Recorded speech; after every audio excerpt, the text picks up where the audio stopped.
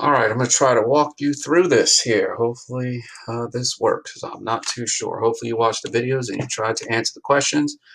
And here we go. So, I wanted you to answer these questions. If a foreign nation enters America, how should the U.S. government respond? Because these are some of the same questions that Abdullah Azam brings up in his piece that I had you read. So, Abdullah Azam, this individual is the guy leading the Mujahideen. His organization, MAK, is the group that apparently is the one leading the fight against the Soviet Union after the Soviets invade Afghanistan. So he comes up with the logic about, we have to fight this defensive war. We did not ask to be attacked. You have attacked us. Go back to the Quran. When I had you read the section that says, what do you do when you're under attack? And Azam's going to take that a little in a different direction. He's going to take that one step further. Just a little bit more about this individual. Remember, he did work with the CIA. This is the name of his piece, Defense of Muslim Lands. I would imagine many individuals have read this because it does have its place in Al Qaeda, ideology, writing, and speeches. Now, I want you to think about the glass of water. This is going back to Saeed Qutb.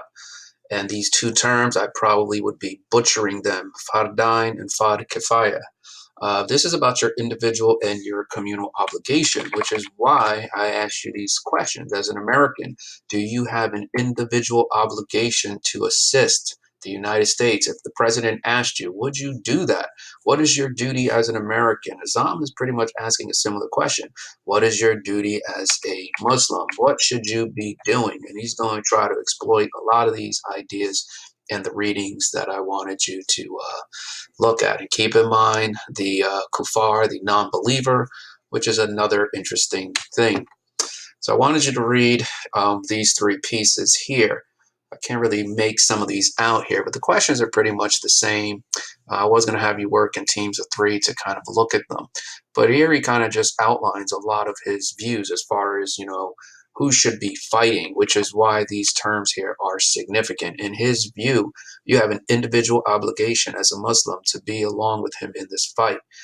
You also have a communal obligation, which is also outlined here. So think about these people here swimming. Like if one Muslim is out there swimming and he's drowning, do you have an obligation? The Quran says life is sacred.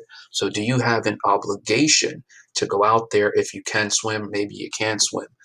That's how you go about completing your individual obligation to be consistent with what the religion is asking you to do.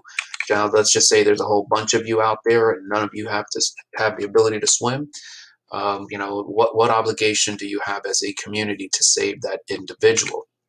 And these links here, hopefully they still work, but they'll probably take you back to some of those definitions. I just did a search for this topic, and some of the videos have been removed, so hopefully they still work.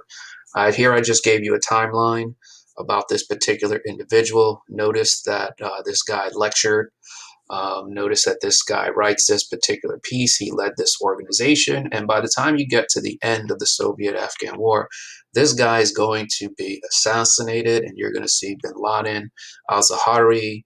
They're going to take Al Qaeda or MAK in a completely different direction, applying some of the same Azam principles, but on a global effort. So from the text, this is just me using some of the text and pulling out some of the language. So here he uses jihad, the struggle, and he's saying that this struggle is an individual obligation if the enemy attacks. Like you as a Muslim, if they're attacking a Muslim state, you need to, that's your obligation. If you are asked to pray, if you are asked to fast, if you, whatever the religion is asking you to do, he's basically saying that in this struggle, you as a Muslim have an individual obligation. That's just something that you need to be doing. And if you're not, he probably does not consider you to be a Muslim. Here he talks about those being far away. Bin Laden would be one of them. He's saying that it's fard kifaya. You have a communal obligation. Bin Laden met that call. Bin Laden was from Saudi Arabia. He left. He left a lot of wealth behind so he could go back and help his Muslim brothers against the Soviet invasion, which is what makes that invasion so significant. Here he's like, well, if you're not able to make it, what happens to you? What happens if you do not meet your individual obligation?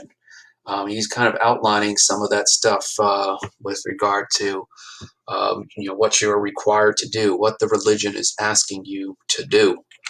Let's see, where else do I take this? This is the ruling applied to the one who wages war from among the Muslims. He's basically just trying to get all of the Muslims to leave where they're at to help his Muslim brothers in Afghanistan to defeat the Soviet Union. We use the term here, offensive jihad. This is when they're going out and attacking. Remember, you're not supposed to attack. You're only allowed to attack if they fight you at the sacred mosque. That would be defensive. Here, he's taking that and saying, hey, we could also fight an offensive war. We can go out on the attack. Um, Here he's looking at the leader of a Muslim community, and he's saying that once again, you have some obligation as well. Um, the ruling of fighting in Palestine and Afghanistan. Now, here is just about looking at specific places. Say, we have an obligation to help these individuals, which doesn't surprise me why the 98 fatwa bin Laden, says that, I'm sticking up for the Muslims in Iraq, the Muslims in Palestine, Muslims around the world. I'm the guy that's advocating for them. Let's see. I also pulled out the surahs here. Remember, this is the one I was referencing before. To slay them if they fight you at the sacred mosque. Let's see. Comparison question. So it's kind of just going back to some of the same things before. Here is just me messing with you, trying to make a connection. This guy right here is Hank Wilson. He created the Butterfly Brigades. This was a time in the 70s where gays in the Castro were beat up. And so this guy organized the Butterfly Brigades. He's saying if every gay man carries a whistle, you hear that whistle, somebody blowing that whistle, you have an obligation. That pretty much means that somebody's beating that individual up. And we have an obligation as the gay community, members of the gay community, to go out and help protect that individual. Well, how different is that from some of the things bin Laden is saying? You have an obligation to stick up for your own, and Hank Wilson seems to be one of those individuals. Do African Americans experience acts of violence, have an obligation to help each other? Just here's just me trying to get you thinking about similar situations. Do white Americans, Caucasian, whatever descriptive label you wish, do they have an obligation? Or because they're white, they're not allowed to feel oppressed, which is something that does come up as well.